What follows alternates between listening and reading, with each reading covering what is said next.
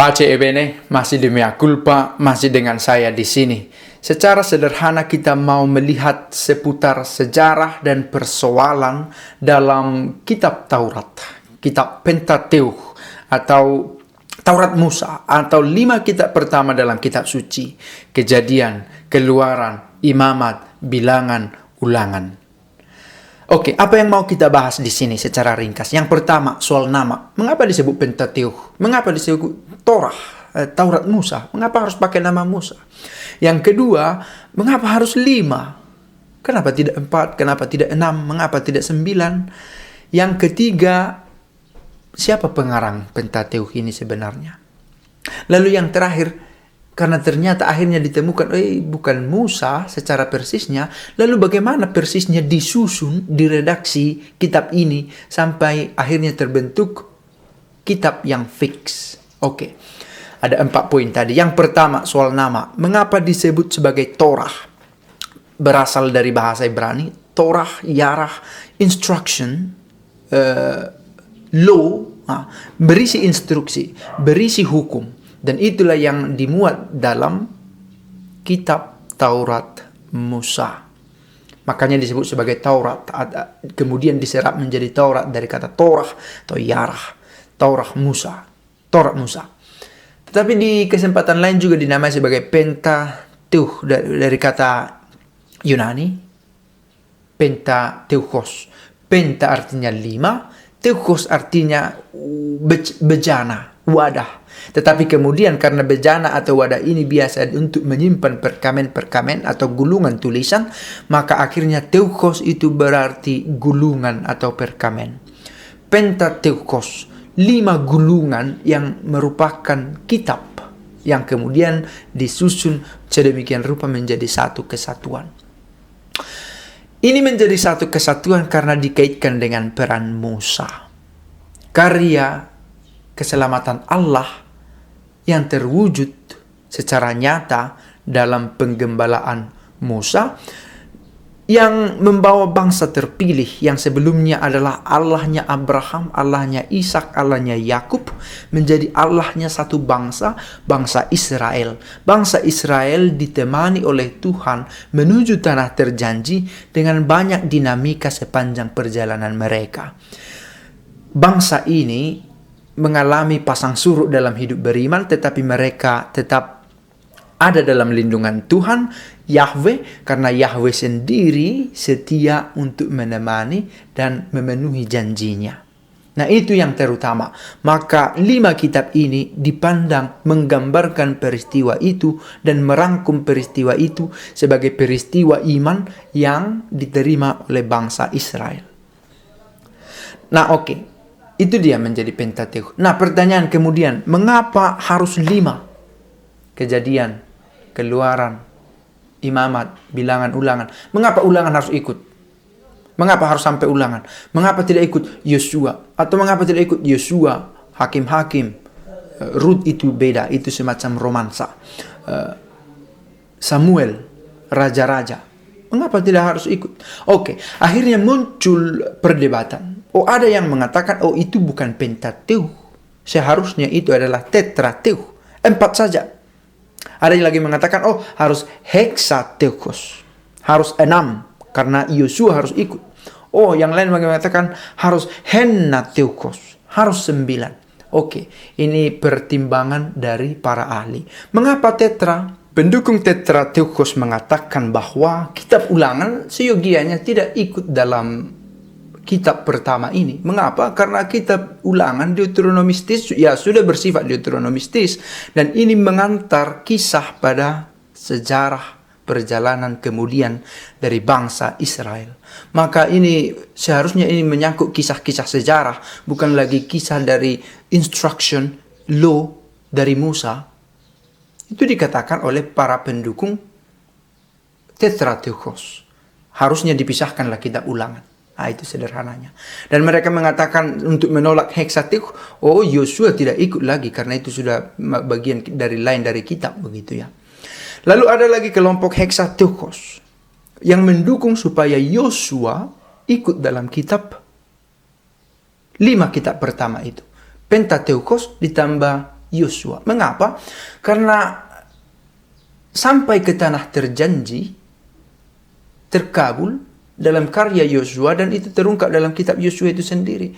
Meskipun Yosua bekerja atas nama Musa dan dia adalah abdi Musa, tetapi Yosua ternyata terlibat penuh dalam perjalanan bangsa Israel menuju tanah terjanji. Dan itu terungkap secara jelas dalam kitab Yosua. Orang-orang yang mendukung Heksatuh begitu. Tetapi kemudian ada yang mengatakan, oh Musa tidak lagi terlibat di sana. Ada juga pro dan kontra. Lalu ada kelompok lain yang mendukung Hennateukos. Harus 9. Mengapa? Karena kata kunci adalah tanah. Pertama, menuju tanah terjanji. Lalu setelah sampai ke tanah terjanji sedemikian rupa, ada pembuangan dan kembali lagi ke tanah terjanji itu.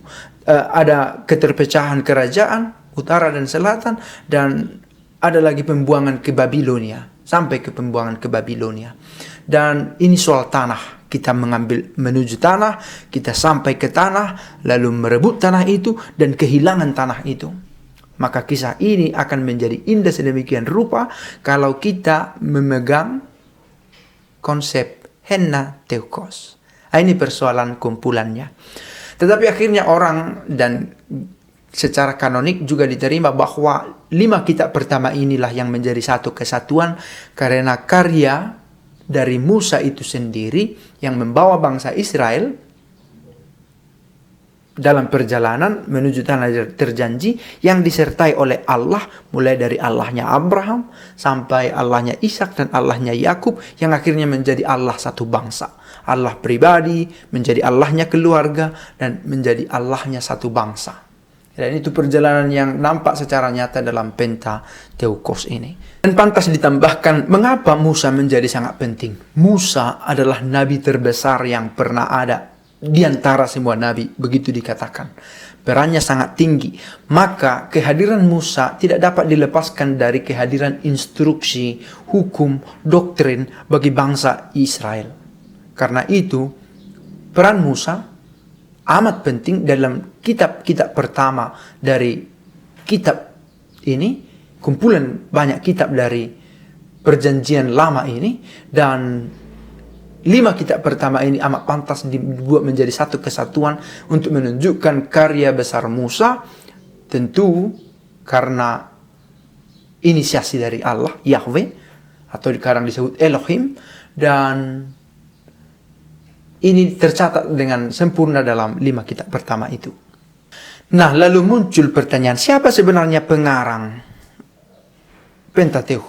Oh, ada secara tradisional dikatakan, oh Musa yang mengarang itu.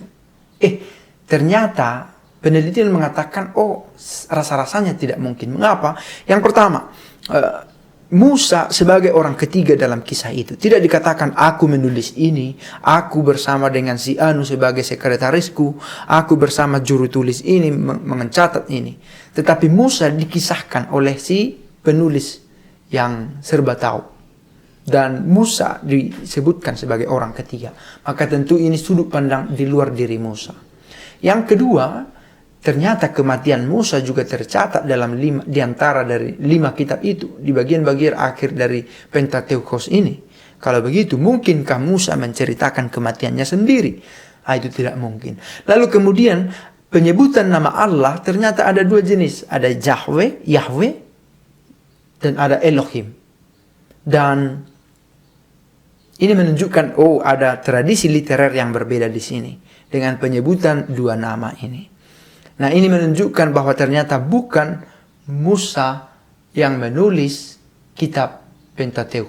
Meskipun akhirnya dikatakan bahwa penulis sejati dari Pentateuch adalah Musa, karena yang memberi roh, yang memberi bingkai, dan yang menjadi penyemangat dalam kisah ini adalah Musa sebagai nabi terbesar di antara semua nabi.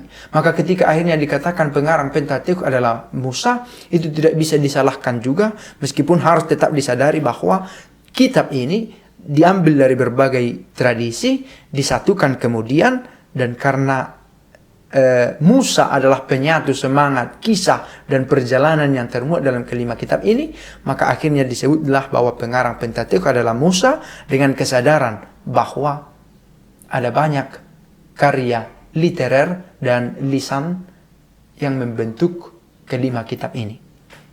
Agak rumit bahasa ini, tapi demikianlah secara sederhana sebenarnya kitab ini sudah disatukan dari berbagai macam budaya, latar belakang, tempat, dan akhirnya disatukan dan menjadi kitab yang utuh sebagaimana kita ketahui sekarang. Dari banyak tradisi. Nah, ini kemudian dijelaskan. Tradisi apa? Bagaimana kritisisme modern terkait kitab ini? Bagaimana proses dokumentasi dari kitab ini? Ternyata ada banyak tradisi yang membentuk kitab ini. Tradisi ini berdasarkan tempatnya, berdasarkan komunitasnya, berdasarkan intensi kepenulisannya. Pantas dicatat ada tradisi Jehovista, ada tradisi Elohim, dan ada tradisi Priester, ada tradisi Deuteronomistis yang kemudian digabung sedemikian rupa akhirnya membentuk kitab Pentateuch. Tradisi Jehovista ini berasal dari selatan dengan pusat di Yehuda dan menyebut Allah sebagai Yahweh, Yehova. Makanya dipakai inisial tradisi J atau Y untuk mengungkapkan ini tradisi yang memakai terminologi Yahweh dan berasal dan berpusat di Yehuda. Nah, tradisi lain ada tradisi E, memakai huruf inisial E untuk mengatakan menyebut Allah dengan Elohim dan berpusat di utara dengan jantungnya ada di kota Efraim. Tulisan dikembangkan di sana. Dan ada juga tradisi Priester yang ditulis oleh kelompok imami yang sangat peduli dengan tradisi peribadatan dan menekankan hidup beribadat yang teguh, dan ini menjadi ide utama dari kepenulisan mereka. Lalu ada juga tradisi Deuteronomistis yang mengungkapkan secara rigid, secara terang sejarah dari bangsa itu dengan nasionalisme yang kuat dan sedikit terkesan provokatif, sehingga kitab ini pernah disembunyikan, tetapi ketika terjadi penghancuran kerajaan, kitab ini dibawa dan bercampur dengan tradisi lain, tradisi Jehovista, dan sedemikian rupa sampai ada kekaburan yang mana sebenarnya bagian dari tradisi Deuteronomistis dan mana yang bukan bagiannya. Tetapi kemudian seiring perjalanannya waktu, kitab ini akhirnya disatukan. Begini, pada abad ke-10 sebelum Masehi, penulis Jehovista membentuk dokumen ini. Lalu dokumen Elohis dituliskan pada abad ke-9 atau sekitar abad ke-10 sebelum Masehi juga. Lalu pada abad ke-8 setelah kejatuhan kerajaan utara, dokumen Jehovista dan Elohim ini dipersatukan. Terbentuklah J dan E. Akhirnya disebut menjadi Jehovista. Lalu ada dokumen Deuteronomistis dengan inisial D yang pernah disembunyikan di Bait Allah, di tembok Kenisah, lalu kemudian ditemukan lagi. Lalu ada dokumen Priester.